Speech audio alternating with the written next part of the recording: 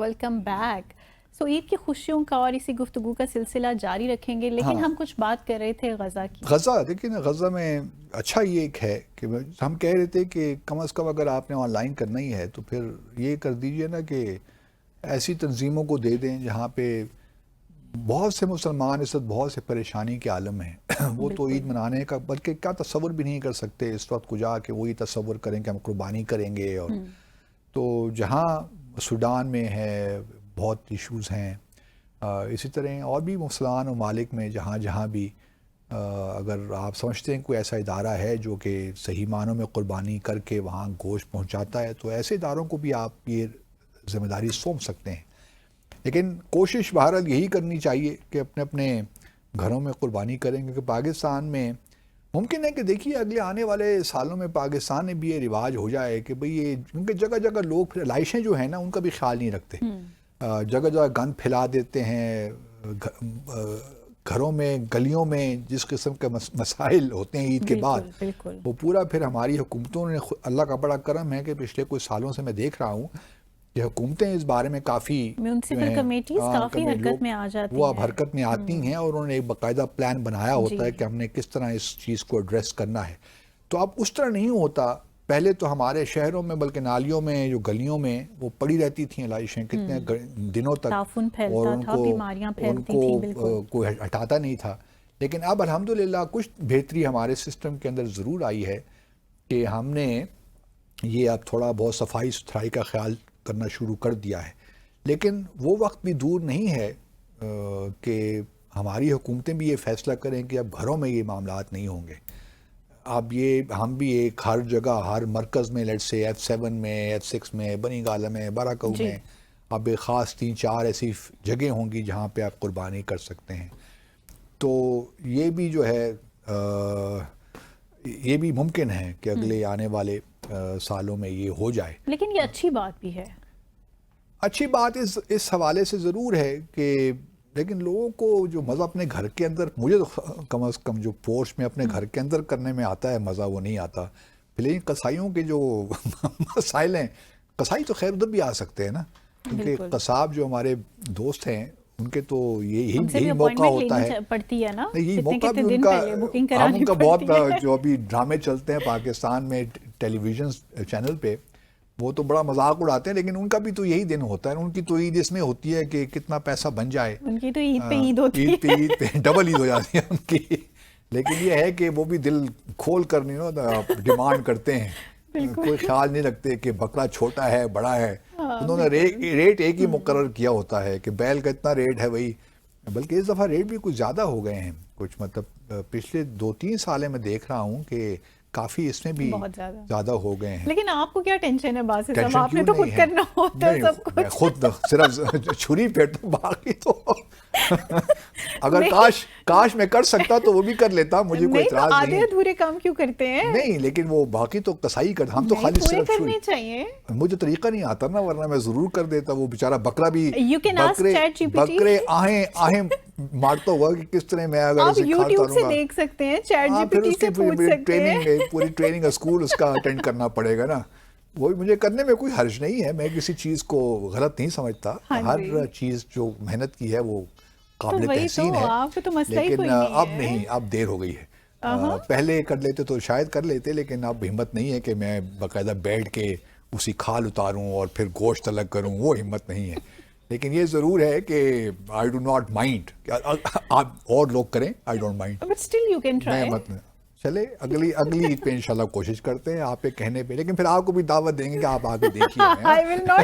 نہیں پھر آپ اتنا تو وعدہ کیجئے نا کہ آپ آئیں گی، دیکھیں گے کہ ہم کس طرح کاٹتے ہیں. میں نہیں دیکھ سکتی. اچھا تو پھر تو مزہ نہ آئے نا جی. پھر چلے پھر ہم کوئی ویڈیو لے کر آپ کو دکھا دیں گے. اچھا تو پھر تو فائدہ کوئی نہیں ہے. تو بہرحال یہ ہے انٹرسٹنگ سا جی عید کا ہے. آپ سب ہمارے ناظرین ڈیسائفر ود عبدالباسط دیکھنے والے تو آبویسلی آج ایک دن ہے، منا رہے ہیں. تو ہماری دعا تو یہی ان کے لیے ہے کہ وہ جہاں بھی رہیں خوش و خرم رہیں، اور جنہوں نے حج کیا ان کو بھی بہت بہت مبارک ہو. اس حج کی اللہ تعالیٰ ان کی کوشش کامیاب کرے، کیونکہ حج بھی ایک بڑا امپورٹنٹ فریضہ ہے نا جی. اور یہ ادا ہو جائے اچھے طریقے سے تو اس سے بھی اچھی کوئی بات نہیں ہوتی. اور کوشش یہی ہونی چاہیے زندگی کے میں جس قدر جلد ہو آپ یہ فریضہ انجام دے دیں، کیونکہ زندگی ہے کچھ پتہ تو نہیں ہے نا آپ نے کتنے سال زندہ رہنا ہے. بے شک بے شک. تو جتنا بھی اللہ تعالیٰ، پھر دنیا یہ بھی کہتی ہے کہ بلاوا آتا ہے، اور یہ بات کسی حد تک درست بھی ہے. میں نے بہت سے لوگوں کو دیکھا ہے جو کہ بہت تیاری کرتے ہیں لیکن آخری وقت میں کچھ ہو جاتا ہے وہ نہیں جا پاتے. ہاں جی. اور جو لوگ بالکل تیاری نہیں کر رہے ہوتے بلاوا آ وہ جاتا ان ہے. کو بلاوا آ جاتے ہیں وہ چلے جاتے ہیں. تو یہ بھی چیزیں ہیں. تو واقعی بات ٹھیک ہے کہ جس کو اللہ تعالیٰ بلا لے بس وہی پہنچ جاتا ہے اس کے در میں. لیکن آج کل وہ بھی حالات نہیں رہے. سعودی عرب میں بھی بہت تبدیلیاں آ گئی ہیں.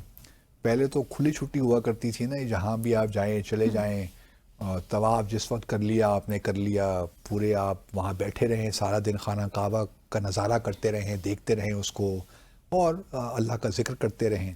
اب وہاں ہی بڑی پابندیاں لگ گئی ہیں. تو اس وجہ سے وہ جو پہلے آزادی تھی وہ بھی نہیں تھی. اب چونکہ پاپولیشن بھی بہت بڑھ گئی ہے. پہلے اگر مسلمان کی تعداد کوئی 400-500 ملین تھی، تو اب وہ 1.5 ارب کے قریب ہو گئی ہے، بلکہ اس سے بھی زیادہ. تو اب مسلمان جو زائرین ہیں وہ بھی تعداد بہت زیادہ ہو گئی ہے، تو اس سے ہی پریشر بہت ہو گیا ہے. پھر حج اٹ سیلف، مجھے یاد ہے کہ ہماری دادی صاحبہ حج کرنے کے لیے اس زمانے میں پشاور سے کوئی ڈائریکٹ فلائٹ تو ہوتی نہیں تھی.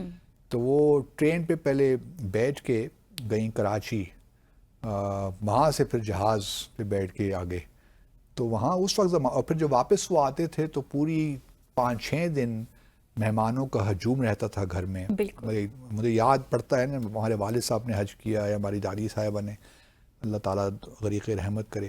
تو پھر 2-3 دن بیٹھ کے ان سے ہم کہانیاں سنتے تھے کہ کس طرح حج ہوا، کون کون سے مطلب پورے مناسک جو تھے کس طرح ادا ہوئے. تو پورا ایک سفر نامہ وہ ہمیں زبانی سنایا کرتے تھے. لیکن اب تو کچھ ایکسائٹمنٹ نہیں رہتی نا، کیونکہ اب تو آپ لائیو دیکھ رہے ہیں چیزوں کو، ہر چیز ٹیلی ویژن پہ آ رہی ہے. وہ بھی لائیو بھی دیکھنے کی ایکسائٹمنٹ ایک اپنی ہی ہے. لیکن وہ جو ایک مجھے بھی ان کی کہانیاں کہیں نہ کہیں یاد ہیں، فیسینیٹ کرتی ہیں نا جو سٹوری ٹیلنگ. کیونکہ زمانے میں ایکسپوجر نہیں تھا نا. ایک حج کرنا it self was a huge thing. لیکن اب تو چونکہ اللہ تعالیٰ نے لوگوں کو پیسہ بھی دے دیا ہے، لیکن ابھی میں دیکھتا ہوں کہ بہت سے لوگ ابھی بھی بیچارے سوچتے رہتے ہیں کہ حج مفلسی غربت تو ابھی بھی ہے نا. یہ تو نہیں ہم کہہ سکتے کہ ختم ہو گئی ہے. تو ابھی بھی جن لوگوں کو اللہ تعالیٰ نے یہ سعادت نہیں دی تو ہم ان کے لیے دعا گو ہیں کہ اللہ تعالیٰ سب کو یہ فریضہ ادا کرنے کی استطاعت فرمائے. کیونکہ وہاں اس مسجد میں جانا اٹ سیلف، جب آپ خانہ کعبہ کو پہلی دفعہ دیکھتے ہیں نا تو آپ پہ ایک عجیب سا کچھ چیز طاری ہو جاتی ہے جس کو میں ایکسپلین نہیں کر سکتا. اور وہ ایک اپنا ہی ایک ہوتا ہے. اور بہرحال یہ ساری عقیدے کی بات ہے، اور اس میں یہی ہے کہ اللہ تعالیٰ سب کو یہ سعادت نصیب عطا فرمائے. ہماری تو دعا سب کے لیے یہی ہے. لیکن یہ ہے کہ بہت سی چیزیں اب تبدیل ہو گئی ہیں، کیونکہ آج کا ہمارا پروگرام سارا تبدیلی کے بارے میں ہی تھا. صحیح. چلیں فائنلی آپ بھی تبدیلی پہ آ گئے. یہ بڑا امیزنگ ہے میرے لیے. امیزنگ کیوں ہے؟ ہم تو ہمیشہ تبدیلی کی بات کرتے ہیں. نہیں ناٹ آلویز.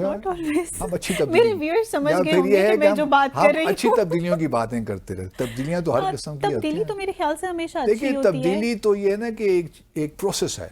تبدیلی تو آتی رہتی ہیں اور اس کے تحت آتی رہے تو کوئی حرج نہیں ہے. چلیں تبدیلی آتی ہے اور اس کے تحت آتی رہے تو یہی ہے نا، ایک فلسفہ تو یہی ہے نا بابا، کہ ایک تو دیکھیں نا قدرتی طور پہ انسان آگے بڑھتا ہے، تبدیلیاں آتی ہیں. تو آپ نے جتنی تبدیلیاں اپنی لائف میں فیس کی، بہت سی تبدیلیاں، عیدوں کی، ٹھیک ہے عیدوں کی میں اسپیسیفکلی بات کر رہی ہوں، یہ جو عیدیں گزری ہیں اسپیشلی عید الاضحیٰ گزری ہے، تو آپ نے بہت سارے ممالک میں بہت ساری وہ ہم کل ڈسکس ہیں، کل کا بھی شو ہم نے کرنا ہے نا عید پہ. اچھا کوئی ایک ایسا واقعہ ابھی تک تو یاد آ گیا ہوگا؟ ابھی تک یاد نہیں آیا. میں آج جاؤں گا، رات سوچوں گا، تھوڑا کباب دیکھ کے کھاؤں گا تو شاید کچھ میرے ذہن میں آ جائے گا. گوشت کھانے سے نا ذہن جو ہے وہ سست ہو جاتا ہے. نہیں یہ آپ سے کس نے کہا؟ یہ آپ لوگ ایسی عجیب باتیں کرتے ہیں. ویجیٹیبلز اگر ایسی بات ہوتی تو اللہ تعالیٰ، کریلے کھائیے گا، بھنڈی کھائیے گا، اگر ایسی بات ہوتی تو اللہ تعالیٰ پابندی لگا دیتا مسلمانوں پہ، کیونکہ اللہ تعالیٰ کبھی نہیں چاہتا اپنے بندوں پہ ظلم کرنا. وہ چاہتا ہے کہ وہ بہت زیادہ پیشنیٹ ہے، وہ چاہتے ہیں کہ میرے جو مسلمان بندے ہیں وہ ذہین ہوں، پراسپر ہوں، سوچیں سمجھیں.